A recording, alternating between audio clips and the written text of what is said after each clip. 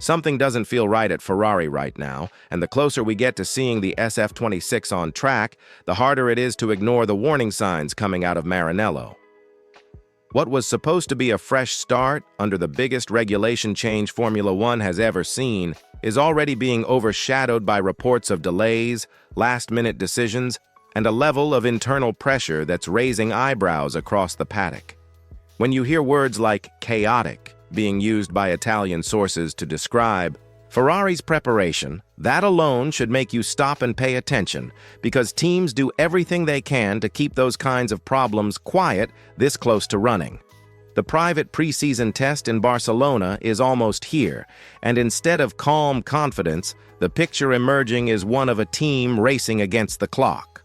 Late design changes, a chassis that only received approval recently, and a build schedule that's been pushed back all point to a project that isn't coming together as smoothly as it should. For a team with Ferrari's resources, experience, and expectations, this is not where you want to be heading into a brand new era of Formula One. The 2026 regulations were meant to level the playing field and reward teams that prepared early and executed cleanly. Ferrari made it very clear that this was their moment to reset after years of frustration, yet now the reset itself seems rushed. What makes this more worrying is the context. Ferrari hasn't won a championship since 2008, and patience among fans is wearing thin.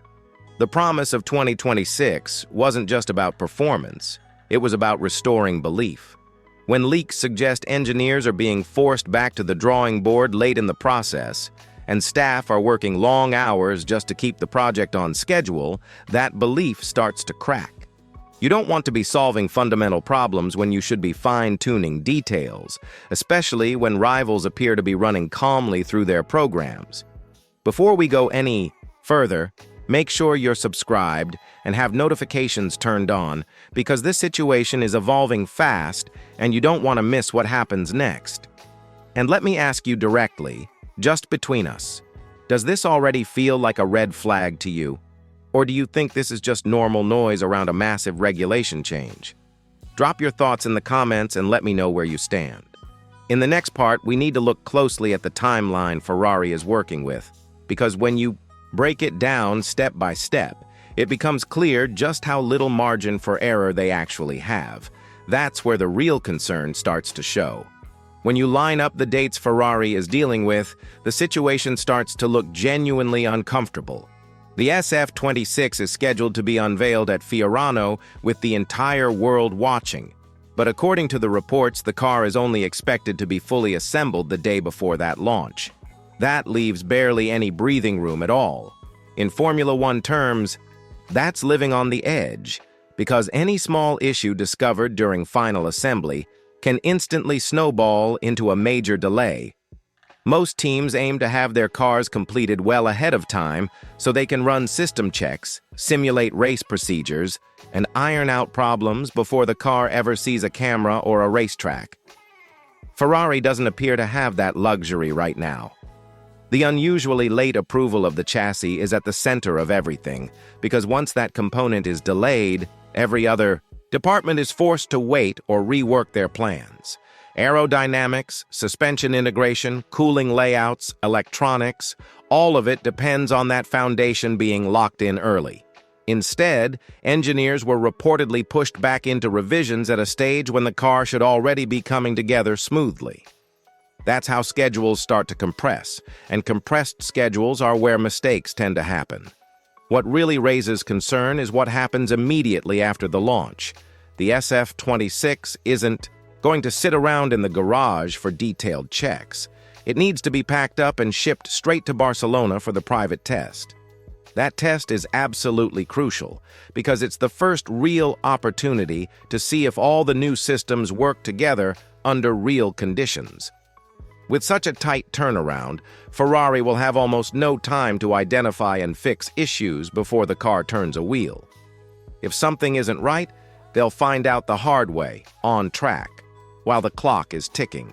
This is where pressure can become dangerous. When teams rush, reliability often suffers. Small problems that could have been solved calmly in the factory suddenly become trackside headaches that eat into valuable running time. And in a year where every lap matters, especially under completely new regulations, losing early mileage can hurt you for months. Do you think Ferrari is taking an unnecessary risk here? Or is this just the reality of modern F1 development? Let me know in the comments because I'm really curious how you see this. If you're finding this breakdown useful, take a second to like the video and help support the channel. We're pushing hard toward 2,000 subscribers, and every bit of support makes a real difference. In the next part, we need to talk about the power unit, because the questions around Ferrari's 2026 engine only add another layer of concern to an already tense situation. The power unit situation is where things start to feel even more delicate for Ferrari, because the 2026 engines are nothing like what teams have been working with before. Reports initially suggested that Ferrari hadn't completed their first engine fire-up at the same time rivals were already showing progress, and in Formula One, timing like that always gets noticed. Even though updates now indicate the fire-up has been completed, the gap compared to other teams matters, especially when you consider how radically different these power units are. For 2026, the electrical side of the engine now delivers half of the total power output. That's a massive shift, and it changes everything from energy management to drivability. On top of that, the MGU-H, which teams spent years refining, has been removed entirely. Add in fully sustainable fuel with very different combustion characteristics, and you're essentially looking at a brand new engine philosophy. None of this can be perfected without extensive running, and that's why every early test lap is so valuable. If Ferrari has less time to validate these systems, the risk doesn't just affect performance, it affects reliability too. This is where the concern really sets in. When you combine a compressed build schedule with limited power unit testing, you're stacking potential problems on top of each other.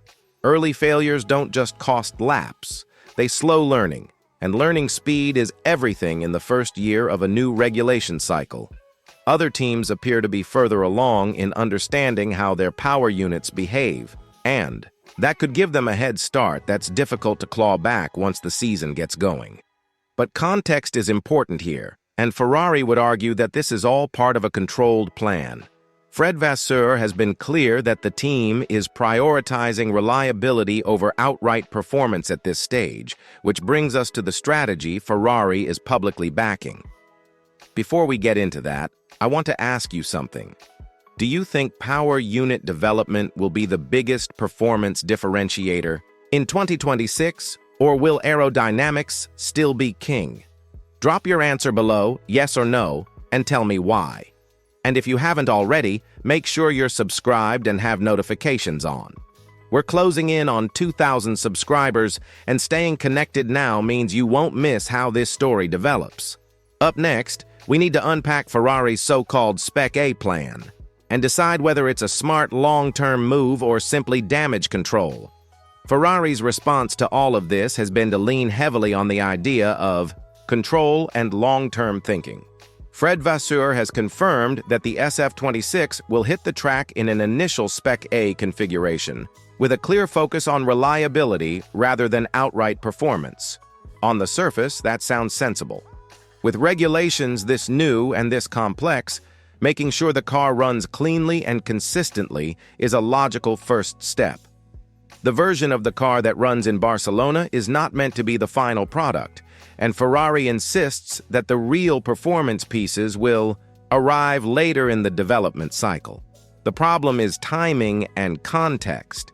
If everything else were calm and on schedule, this approach would feel like a confident strategic choice.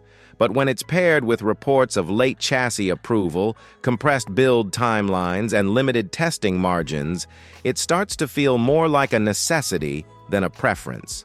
That's why so many people are questioning whether Spec A is a clever plan or simply a way of buying time. Ferrari says they want laps, data, and stability first, but fans and insiders can't help wondering if they're doing this because they don't yet have the full performance package ready. This concern becomes even sharper when you look back at Ferrari's recent decisions. Vasseur has openly admitted that he underestimated the impact of abandoning development of the previous car early in order to focus everything on 2026. That move was supposed to give Ferrari a clear advantage under the new rules. Instead, the picture emerging now suggests that the gamble may not have paid off the way they hoped. When a team sacrifices an entire season for the future, expectations for that future become enormous, and anything less than a strong start feels like a failure. And let's not forget the emotional weight of the previous campaign. Ferrari slipped down the order, failed to win a single Grand Prix, and left both drivers frustrated. For Lewis Hamilton, his first season with the team brought no podiums, and for Charles Leclerc, strong. Performances weren't rewarded with victories. That backdrop matters, because it means there is very little tolerance for another slow start. Confidence inside the team and among fans is fragile, and early signs of struggle in 2026 would only intensify the pressure on Vasseur and the project as a whole. So let me ask you directly, do you believe Ferrari's Spec A approach is genuinely smart long-term planning, or does it feel like damage control dressed up as strategy? Leave your take in the comments, because this is one of those moments where perception matters almost as much as performance. Make sure to like the video if you're enjoying this deep dive, and don't forget to subscribe to help us push toward 2,000 subscribers. In the final part, we're going to look at the Barcelona test itself, how Ferrari compares to their rivals, and why those first few days on track could define their entire 2026 season. Everything now comes down to Barcelona, because that private test is going to strip away the noise and tell us what kind of shape Ferrari is really in. 3 days of running may not sound like much, but under brand new regulations, every lap is priceless. This is where teams begin to understand whether their concepts work in the real world or only looked good on screens and simulations. For Ferrari, the priority won't be lap times. It will be mileage. They need the SF26 to run and keep running without interruptions. What makes this moment so intense is the comparison with their rivals. Red Bull has already completed a clean shakedown with no major issues reported. Audi, entering Formula One as a works team for the first time, has managed to put their car on track and gather data. Aston Martin, even while taking extra time on key design decisions, appears to be moving forward in a structured way. Against that backdrop, Ferrari arriving in Barcelona under pressure instantly raises expectations. If they lose time to reliability problems while others stack up, laps, the gap in understanding will grow very quickly. There's also the bigger picture to consider. Drivers have already hinted that by the early part of the season, it will be obvious which teams interpreted the new regulations correctly. That means Ferrari doesn't have months to recover if things go wrong. They need to be in the conversation from the very beginning, not scrambling to catch up. The pressure on Fred Vasseur is real and growing. He was brought in to change Ferrari's culture and deliver results, and 2 years in, the results still haven't arrived. The ingredients are there. Charles Leclerc is one of the fastest drivers on the grid, and Lewis Hamilton brings a level of experience that very few can match. Ferrari's facilities and resources are second to none. But none of that matters if the car isn't ready. The next few days, from final assembly to launch to shipping the car and finally running it in Barcelona, are absolutely critical.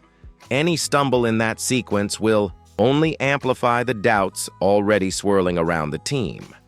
So here's the big question I want you to answer. Do you think Ferrari will leave Barcelona confident, or will they leave with more questions than answers? Drop your yes or no in the comments and tell me why. If you enjoyed this breakdown, make sure to like the video and subscribe to Fast News F1 to help us reach 2,000 subscribers. This story is far from over, and what happens next will tell us a lot about whether Ferrari's 2026 gamble pays off or unravels.